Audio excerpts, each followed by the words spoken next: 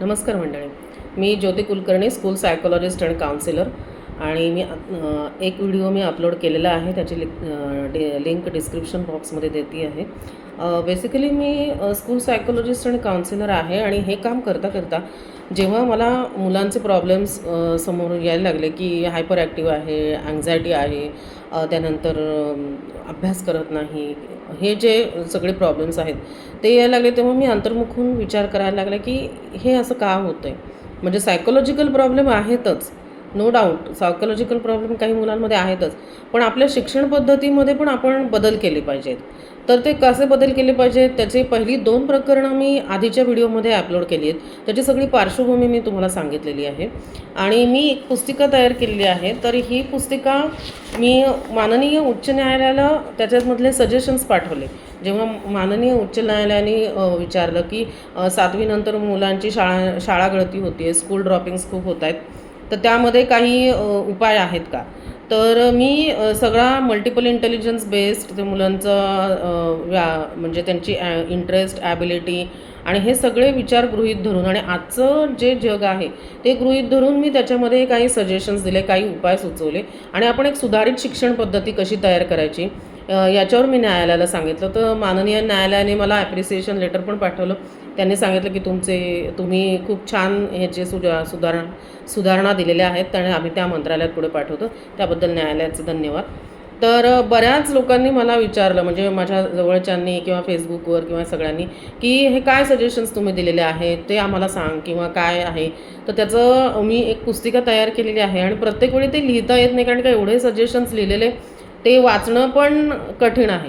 तर मी म्हटलं की मी हे समजून देईल तुम्हाला काय आहे. तर मला बऱ्याच जणांनी सजेस्ट केलं की तू यूट्यूब व्हिडिओज काढ आणि तुझे सजेशन्स आम्हाला सांग, म्हणजे आम्हालाही कळेल की आजच्या शिक्षण पद्धतीत काय सुधारणा करायला पाहिजे. तर पहिली 2 प्रकरणं आपण तिथं मी अपलोड केलेली आहेत पहिल्या ह्याच्यामध्ये. त्याच्यामध्ये पहिलं प्रकरण होतं शिक्षणावर बोलू काही, आणि दुसरं प्रकरण होतं शालेय शिक्षण पद्धतीतील त्रुटी. तर आता आज आपण ॲक्च्युअल तिसरं प्रकरण बघणार आहोत. आजची शालेय शिक्षण पद्धती नक्की कशी आहे आणि त्याचं स्वरूप आपण आता हे बघूया. ठीक आहे. आता हे बघा, आज आपण मुलाला शाळेत घालतो, ठीक आहे, आणि 3.5 ते 5 या वर्षापर्यंत मॉन्टेसरीत मुलं असतात.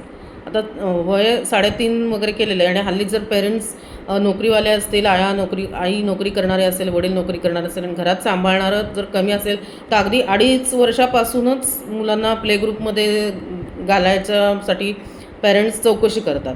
तर आपण टेंटेटिव्ह वय 3.5 ते 5 असं धरूया मॉन्टेसरीचं. आणि नंतर पुढं 5व्या किंवा 6व्या वर्षी त्या जन्मतारखेनुसार आपण मुलांचं खरं शिक्षण सुरू होतं. तर आता 6व्या वर्षी आपण अंदाज करून चालू की 6व्या वर्षी मुलगा पहिलीत जातो असे मानलं तर. काही 5.5 असतात, काही 5.25 असतात, काही त्यांच्या बर्थ एजप्रमाणे, पण मी ॲव्हरेज हे एज घेते. तर आता 1ली ते 5वी मुलं शाळेत त्यांच्या आयुष्यातली 11 वर्ष राहतात. म्हणजे 11व्या वर्षापर्यंत 1ली ते 5वी होते, ठीक आहे. नंतर 5वी ते 7वीमध्ये मुलगा 11 वर्षाचा झाला. 11 ते 13 वर्षामध्ये तो 5वी ते 7वी होतो, बरोबर आहे. तर 7वी ते 10वी 13 ते 16 वर्ष. म्हणजे जर आपण त्याचं वर्ष जर त्याच्या स्टँडर्डप्रमाणे बघितलं तर 1ली ते 5वीमध्ये असताना तो मुलगा 11 वर्षाचा होतो. नंतर 5वी ते 7वीमध्ये 11 ते 13 वर्ष वयाची त्याची जातात. त्यानंतर 7वी ते 10वीमध्ये त्याची वयाची 13 ते 16 वर्ष जातात ॲप्रॉक्सिमेटली. आणि असं जन्मापासून 16 वर्ष आपण मुलांना शालेय शिक्षण देत असतो टुगेदरली. आणि यामध्ये सर्वात जास्त काय खर्ची पडतं ते विद्यार्थ्यांचं वय, ठीक आहे. त्यांचे नंतर पालकांचा पैसा आणि पालकांची तडजोड आणि परिश्रम आणि शिक्षकांचेही परिश्रम. पालकांची तडजोड म्हणजे मुलांना शाळेत सोडवणं, आणणं, त्यांचे क्लासेस बघणं, एखाद्याने रजा काढणं बरं नसेल तर, म्हणजे ह्या खूप सगळ्या प्रकारच्या तडजोड आपण याच्यात गृहीत धरल्या.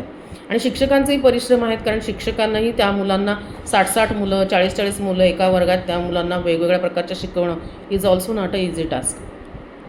तर यामध्ये काय होतं की वय आणि पैसा या दोन्ही महत्त्वाच्या गोष्टी आहेत. अत्यंत महत्त्वाच्या गोष्टी शिक्षण पद्धतीमधल्या काय आहेत, तर मुलांचं वय आणि पालकांचा पैसा, ठीक आहे. कारण कालांतराने त्यामधील गुंतवणूक आपल्याला दिसायला पाहिजे. आपण एवढी जर वर्ष खर्च करतो आहे आणि जर आपण एवढा पैसा 1लीपासून ते 10वीपर्यंत मुलांच्या शिक्षणासाठी खर्च करतो आहे, तर त्याच्यामधली आपल्याला गुंतवणूक म्हणजे त्याचे रिटर्न्स तर आपल्याला मिळायला पाहिजेत. आता साधा हिशोब आहे, जर मुलाला 3ऱ्या वर्षापासून शिक्षण दिले तिसरं म्हणजे मॉन्टेसरी, अगदी चौथं म्हणा. तर 16व्या वर्षी एका तरी विषयात प्रावीण्य त्याने मिळवून तो तयार झाला पाहिजे. म्हणजे तो मुलगा एवढं पहिलीपासून 10वीपर्यंत शिकतच आहे. तर निदान एक तरी विषय असा आहे की त्याच्यामध्ये त्यांनी प्रावीण्य म्हणजे त्यांनी त्याच्यामध्ये एक चांगलं त्यांनी क्लास मिळवायला पाहिजे आणि तो तयार व्हायला पाहिजे. ह्याला काय म्हणतात आपण बेसलाईन प्रिपरेशन. ठीक आहे, बेसिक प्रिपरेशन त्याचं 10वीपर्यंत झालं पाहिजे. म्हणजे मूलभूत तयारी, ही मूलभूत तयारी आहे. बरोबर, 10वीपर्यंत निदान आपल्याला पालकांना, शिक्षकांना आणि स्वतः मुलाला पण अंदाज यायला पाहिजे की मी कुठल्या तरी एका विषयात एकदम मास्टर आहे, तो कुठला तरी एक विषय मला चांगला आहे, तो जो मी काहीतरी त्याच्यामध्ये पुढं करू शकेन. आता पुढं काय आहे, पालकांनी 3ऱ्या वर्षापासून गुंतवलेला पैसा त्यांच्या पाल्याला साधारणपणे 22व्या वर्षापासून रोजगार या स्वरूपात मिळायला हवा. म्हणजे मनी रिटर्न्स. म्हणजे पालक जेव्हा मुलाला शाळेत घालतात अगदी 3-3.5 वर्षापासून मॉन्टेसरीपासून ते मग त्यांना 22व्या वर्षी मुलगा जेव्हा 22-23 वर्षाचा होतो तेव्हा तो मुलगा रोजगार करायला पाहिजे त्यांनी, म्हणजे त्याला रोजगार मिळाला पाहिजे आणि पालकांना पण त्या पैशाचे रिटर्न्स मिळायला पाहिजेत. जेव्हा आपण पैशाची गुंतवणूक करतो तेव्हा आपल्याला रिटर्न्स मिळायला पाहिजे. यासाठी 16व्या वर्षापर्यंत त्याची मूलभूत उद्दिष्टांची तयारी झाली पाहिजे आणि तसं व्यवसायाभिमुख शिक्षण आपण आपल्या पाल्यांना द्यायला पाहिजे. म्हणजे 16व्या वर्षीपर्यंत त्याचा एखादा तरी विषय चांगला त्याचा एकदम तयार व्हायला पाहिजे. ठीक आहे, हे झालं म्हणजे पालकांचा पैसा आणि मुलांचं वय यावर आधारित. आता आपण पुढच्या गोष्टी करतोय की सध्याच्या शिक्षणमध्ये पद्धतीमध्ये काय होतं याच्या पूर्ण उलट होतं. सध्याच्या शिक्षण पद्धतीमध्ये विद्यार्थ्यांचं वय खर्च होतं, बरोबर आहे, नंतर पैसा जातो. 10वीपर्यंत येऊनही त्याच्या हातात काय पडतं सांगा. 10वीपर्यंत मुलगा येतोय बट स्टील 10वीची मुलं माझ्याकडे येतात, करिअर काउन्सिलिंग मी काय करू. मग त्याला मी विचारते की तुला कोणता विषय जास्त आवडतो. नाही मला हे कळत नाही आहे मी कोणत्या विषयात आहे. मग एका मुलीला विचारलं की तुला जास्त सायन्स आवडतो का गणित. नाही म्हणे मला काही अंदाज येत नाही मी काय विषय आवडतो. पण मग तुम्हाला अंदाज तर यायला पाहिजे ना की 10व्या वर्षापर्यंत आपल्याला कुठला तरी एक विषय आवडतो. आणि 16व्या वर्षापर्यंत ती आली ना ती मुलं गोंधळून जातात, अक्षरशः गोंधळून जातात. कारण काय, आपण मुलांना अशा टप्प्यावर आणून ठेवतो 10वीच्या नंतर की 11वी-12वीमध्ये कला, वाणिज्य आणि शास्त्र म्हणजे आर्ट्स, सायन्स आणि कॉमर्स आणि काय घ्यायचं याचा प्रचंड संभ्रम त्यांच्या मनात असतो. आणि 10वीच्या उंबरठ्यावर मुलांना या शाखांचं जुजबी ज्ञान असतं. म्हणजे 10वीपर्यंत आलेल्या मुलांना जर तुम्ही सांगितलं की तू सायन्सला जाणार आहे का, नाही सायन्समधलं मला बायो ठीक आहे आवडतो पण मला मॅथ्समध्ये एवढं काही वाटत नाही आहे किंवा काय मी कन्फ्यूज आहे. सगळ्यांचं हल्ली मुलांचं एकच असतं मी कन्फ्यूज आहे आणि मला काहीही चालेल. म्हणजे त्यांना थोडक्यात त्यांना असं फिक्स त्यांचं काही ठरलेलं नसतं की मला काय करायचं आहे, कारण त्यांना अंदाजच आलेला नसतो आपल्या शिक्षणामध्ये की आपण काय घेणार आहे याचा अंदाजच आलेला नसतो. आणि 10वीच्या उंबरठ्यावर आपण आणतो मुलांना आणि त्यांना सगळ्यातलं जुजबी ज्ञान असतं. आणि खूप मुलं माझ्याकडे विचारायला येतात कोणती शाखा घेऊ, कमी पर्याय आहेत आणि पुढे शिक्षण काय करायचं याचा पण ताळमेळ बसत नाही बघा तुम्ही. आणि विद्यार्थ्यांना फक्त शास्त्र, कला, वाणिज्य माहिती असतं. याच्यामुळे बहुसंख्य विद्यार्थी काय करतात, ठीक आहे सायन्सला जायचं, सायन्सला जाऊ, शास्त्र शाखा पुढं कुठं आणून सोडते. आपण पुढच्या प्रकरणात बघूया. आता हे प्रकरण आहे 4थं, इंजिनिअरिंग आणि मेडिकलचा फुगा. ठीक आहे, मुलांनी सायन्स घेतलं की मुलांना ऑटोमॅटिकली काय करायचं की इंजिनिअरिंगला जा नाही तर मेडिकलला जा. बाकीचे खूप पॅथॉलॉजी वगैरे आहेत पण ते खूप कमी विचार करतात. म्हणजे पण इंजिनिअरिंग आणि मेडिकल याचा जास्त कल मुलांकडे दिसतो. आता 10वी-12वी शास्त्रशाखेची पुष्कळ आहेत गोष्टी पण ती काय करतात मुलांना मेडिकल आणि इंजिनिअरिंगच्याच नावेमध्ये आणून ठेवतात. आणि 11वी-12वी नीट आणि IIT ह्या कोचिंग क्लासेसमध्ये पालकांचा अमाप पैसा जातो. नीट आणि JEEचं कोचिंग आणि त्याच्यामध्ये विद्यार्थी तर बरडले जातात अक्षरशः. आणि हा विद्यार्थ्यांच्या आयुष्यातील अतिशय महत्त्वाचा काळ आहे 11वी-12वी. हा अगदी पाण्यासारखा खर्च होतो. आणि यामध्ये फक्त 1% विद्यार्थी IIT मेडिकलला जातात. किती टक्के जातात तो मुलं IITमध्ये, किती टक्के जातात मुलं? 1% विद्यार्थी जे असतात ते फक्त मेडिकल किंवा IIT किंवा नीटमध्ये जातात आणि बाकीची सगळी मुलं चालत आहेत त्यांच्यामध्ये.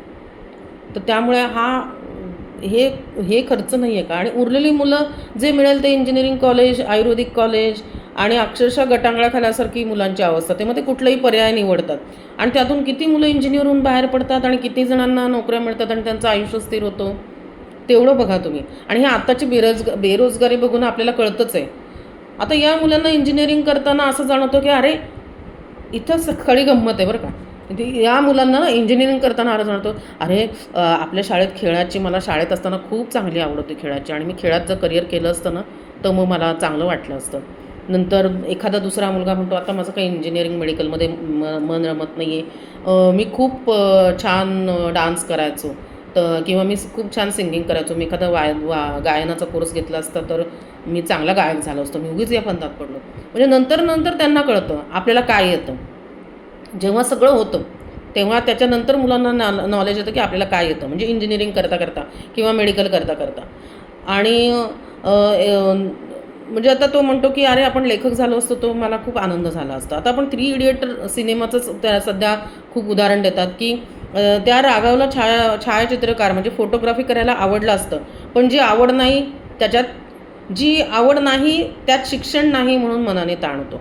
मग इथंच माझा मुद्दा इथंच आहे की ज्या मुलांना जे आवडतं त्यामध्ये आपण शिक्षण का नाही देते शाळेपासूनच, हा माझा मुद्दा आहे.